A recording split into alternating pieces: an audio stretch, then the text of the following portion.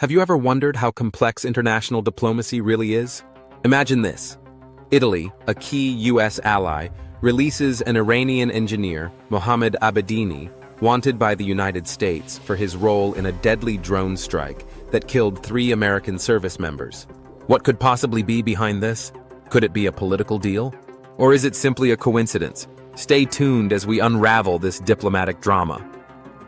In January 2024, 3 U.S. soldiers, Sergeant William Rivers, Specialist Kennedy Sanders, and Specialist Breonna Moffett, were tragically killed in a drone strike on a remote U.S. outpost in Jordan. The attack left over 40 soldiers wounded, all of them supporting Operation Inherent Resolve, the U.S.-led fight against ISIS. The drone that carried out the attack was linked to Iran, and the U.S. soon turned its focus on an engineer named Mohammed Abedini. But here's the twist. He wasn't arrested in the U.S. or Iran, but in Italy. So why was Abedini detained in Italy? Abedini was allegedly involved in circumventing U.S. export restrictions, supplying technology that Iran used in military applications, including drones. Italy is a crucial part of this global puzzle, as it has a complicated history with extradition requests, especially when those requests involve sensitive political issues. Why would a country like Italy make such a controversial decision? Sometimes decisions like this are not purely legal, they're diplomatic. The Italian government had to weigh the consequences. There was intense pressure from Iran, and there were also discussions about prisoner exchanges involving Cecilia Sala, an Italian journalist who had been detained in Iran.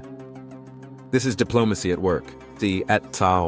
Prime Minister Giorgia Meloni faced significant domestic pressure to secure the release of Sala, who had been detained by Iran.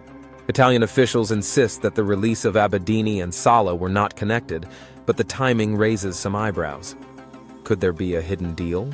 Francine Moffett, the mother of Sergeant Breonna Moffett, one of the soldiers killed in the drone strike, expressed her grief and frustration upon hearing the news of Abedini's release. Her family is devastated, and the pain of losing her daughter in such a brutal attack is compounded by the fact that the man believed to have played a role in that death is free. For families like hers, the diplomatic games are more than just politics. They are personal. Iran, however, is framing this release differently. Iranian officials claim that the detention of Abedini was a misunderstanding and that their foreign and intelligence ministries worked together to resolve the issue. But could this just be an attempt to de-escalate tensions with the West? Iran's involvement in the drone strike and their role in supporting proxy groups across the region is a significant concern for the U.S. and its allies. But Iran's position is clear. They see this as a matter of sovereignty. To them, the release of Abedini might just be a matter of protecting their interests in the region. Let's take a step back and think about the broader implications of this decision. What does it mean for U.S.-Italy relations? For U.S.-Iran relations? Could the U.S. and Italy's historical collaboration on issues like extradition and law enforcement now be jeopardized? President Biden's administration has been vocal about Iran's growing capabilities in drone technology and the potential threats these weapons pose to U.S. forces. The U.S. State Department has expressed deep concern over Iran's proliferation of advanced weaponry and its support for violent proxy groups. We remain committed to countering Iran's destabilizing activities. While Italy's decision is a sovereign one, it's important that we continue to hold Iran accountable for their actions. But here's the twist. Iran has been open to prisoner exchanges.